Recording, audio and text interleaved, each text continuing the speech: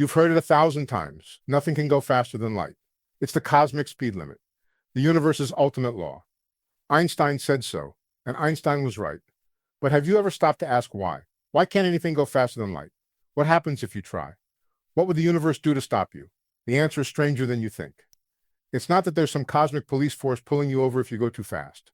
It's not that your engines would fail or your fuel would run out. It's much deeper than that.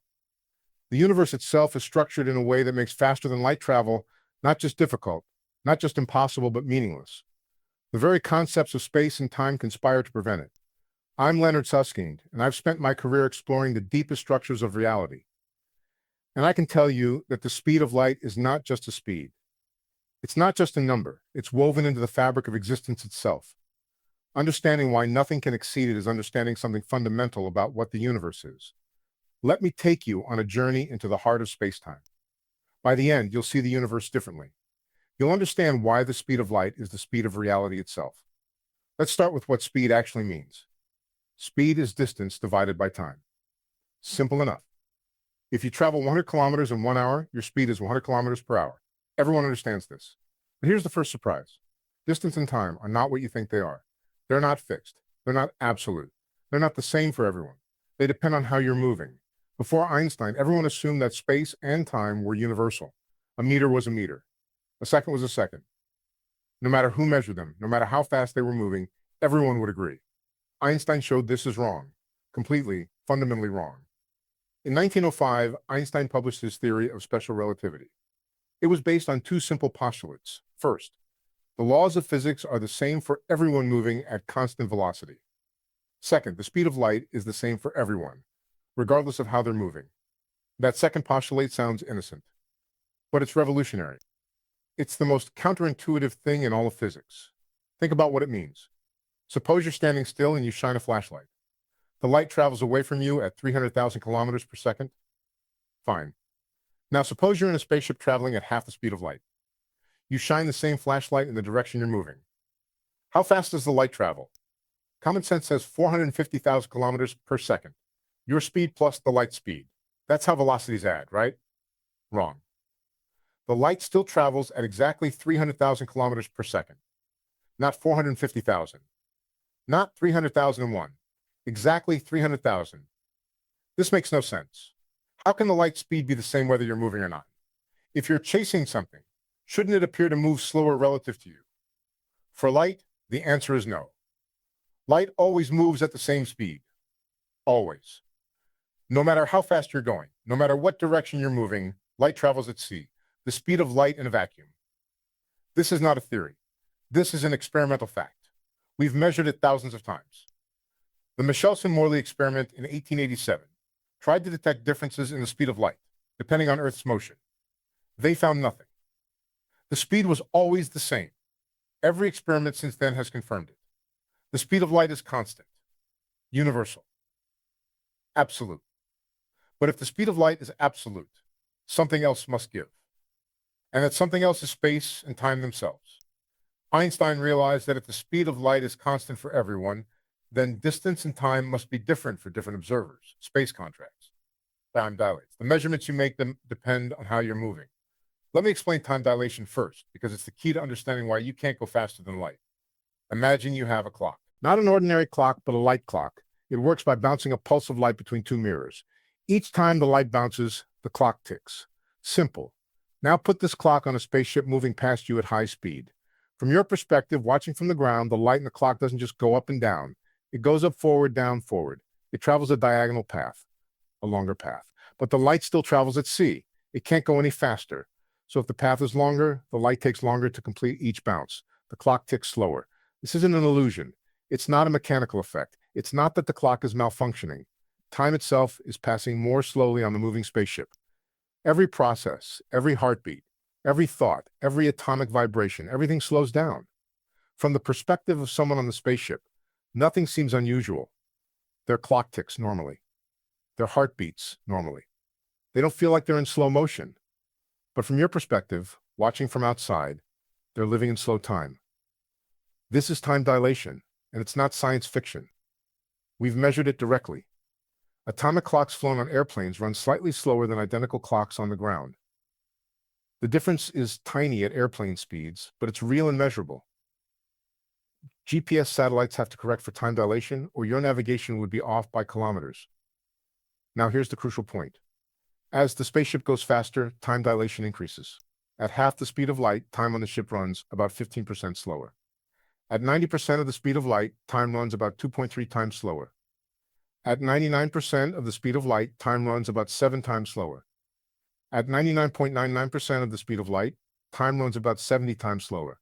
And as you approach the speed of light exactly, time dilation goes to infinity. Time on the spaceship stops completely relative to the outside universe. Think about what this means. To accelerate to the speed of light, you would need time to stop completely. That's not a practical barrier. That's a logical impossibility. You can't reach a state where time doesn't pass because reaching requires time. This is the first reason nothing can go faster than light. As you approach light speed, time dilates toward infinity. You can never actually reach C because the process of reaching requires time, and time is running out as you approach. But there's more. Let's talk about mass. In special relativity, mass also changes with velocity. The faster you go, the more massive you become. Not that you gain atoms. Your rest mass, the mass you have when stationary, stays the same. But your relativistic mass, the mass that determines how hard it is to accelerate you, increases. At low speeds, the effect is negligible. But as you approach the speed of light, your relativistic mass increases without limit. At 90% of light speed, your effective mass is about 2.3 times your rest mass. At 99%, it's about 7 times. At 99.99%, it's about 70 times. And as you approach C exactly, your relativistic mass goes to infinity. What does this mean for acceleration? Force equals mass times acceleration. To accelerate an object, you need to apply force. But if the mass is increasing, you need more and more force to get the same acceleration. As you approach the speed of light, the mass approaches infinity. To accelerate further, you would need infinite force, infinite energy. No matter how powerful your engines, no matter how much fuel you have, you can never provide infinite energy. It's impossible. This is the second reason nothing can go faster than light. The energy required to reach C is infinite. You would need more energy than exists in the entire universe to accelerate even a single electron to exactly the speed of light. Let me put some numbers on this. The Large Hadron Collider accelerates protons to 99.9999991% of the speed of light. At that speed, each proton has about 7,000 times its rest mass energy. The LHC is one of the most powerful machines ever built, consuming enormous amounts of electricity, using superconducting magnets cooled to near absolute zero.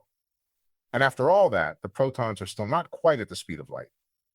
They're 99.9999999% of the way there, but that last tiny fraction would require infinite additional energy. It's asymptotic. You can get closer and closer, but you can never arrive. Now let me tell you about causality, because this is the deepest reason why faster than light travel is impossible. It's not just about energy and time dilation. It's about the logical structure of the universe itself. In special relativity, the speed of light is not just a speed limit. It's the speed of causality. It's the maximum rate at which any influence can propagate through the universe. It's the speed at which cause and effect are connected. If I flip a switch here, the effect of that switch flip cannot reach you faster than light can travel between us. Information, influence, causation, all of it is limited by C. Why does this matter? Because if something could travel faster than light, it could arrive before it left. It could violate causality. It could create paradoxes where effects precede causes. Let me explain how this works. It's subtle but crucial. In special relativity, simultaneity is relative. Two events that happen at the same time for one observer might happen at different times for another observer moving relative to the first. This is not an illusion. It's a fundamental feature of space-time. Now suppose you have a faster than light signal. From your perspective, you send the signal at noon and it arrives at a distant star at 12:01. The signal traveled faster than light. Fine so far. But now consider an observer moving relative to you at high speed. Because of the relativity of simultaneity, this observer might see the signal arrive before it was sent. For them, the signal arrives at 11:59, 2 minutes before you send it at noon. This is not a matter of perception. In their reference frame, the arrival genuinely happens before the departure. the effect precedes the cause. And it gets worse. Using the same faster-than-light mechanism, this observer could send a reply back to you. From their perspective, they're sending a normal faster-than-light signal. But from your perspective, their reply arrives before you sent your original message. You receive a reply to a message you haven't sent yet. You could then decide not to send the message. But then where did the reply come from? It's a paradox, a logical contradiction, a violation of causality. This is called a causal loop or a grandfather paradox. If faster-than-light travel were possible, you could send information into your own past. You could tell yourself yesterday's lottery numbers. You could prevent your own birth. The universe would become logically inconsistent. The universe doesn't allow this. Not because there's a rule book somewhere saying no paradox is allowed, but because the structure of space-time is built in a way that prevents it. The speed of light is the firewall. It's the barrier that keeps cause before effect. It's what makes the universe make sense. This is the deepest reason nothing can go faster than light. It's not about energy or mass or time dilation, though all of those are true. It's about causality. Faster than light travel would break the logical structure of the universe. Now, let me address some things you might have heard about. Things that seem to violate the speed of light. Things that make people think maybe, just maybe, there's a loophole. First, quantum entanglement. You've probably heard that entangled particles can affect each other instantly across any distance. Einstein called it spooky action at a distance. And it's real. We've confirmed it experimentally countless times.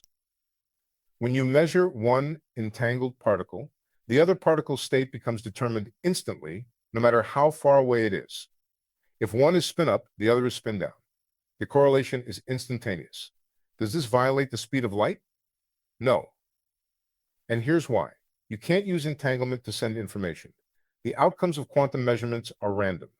You can't control what result you get, so you can't encode a message in them. The correlation is real, but it's only apparent after the fact, when you compare measurements through conventional slower-than-light communication. Entanglement is spooky, but it doesn't allow faster-than-light signaling. Causality is preserved. Second, the expansion of the universe. Space itself is expanding. Galaxies far enough away are receding from us faster than light. The most distant galaxies we can see are moving away at several times the speed of light. Does this violate relativity? No, because nothing is moving through space faster than light. Space itself is expanding, carrying the galaxies along. The galaxies are stationary relative to their local space. It's the space between us that's growing. This is a subtle distinction, but an important one. Special relativity says nothing can move through space faster than light. It doesn't say anything about space itself. Space can do whatever it wants. And it's expanding, carrying distant galaxies away from us faster than light can travel. We can never reach those galaxies. We can never communicate with them. They're beyond our cosmic horizon forever. But no object, no particle, no information is traveling through space faster than light. The speed limit is intact. Third, tachyons. These are hypothetical particles that always travel faster than light. They're not particles that accelerated past the speed of light. They were born faster than light. The speed of light is their lower limit, not their upper limit. Do tachyons exist? Almost certainly not. If they did, they would have imaginary mass in the mathematical sense. And they would create all the causal paradoxes I described earlier. Most physicists believe tachyons are mathematical artifacts, not physical reality. We've never detected one. And there are good theoretical reasons to think they can't exist. Fourth, warp drives. Science fiction loves warp drives. The idea is that you don't travel through space faster than light. You bend space itself, contracting space in front of you and expanding it behind you.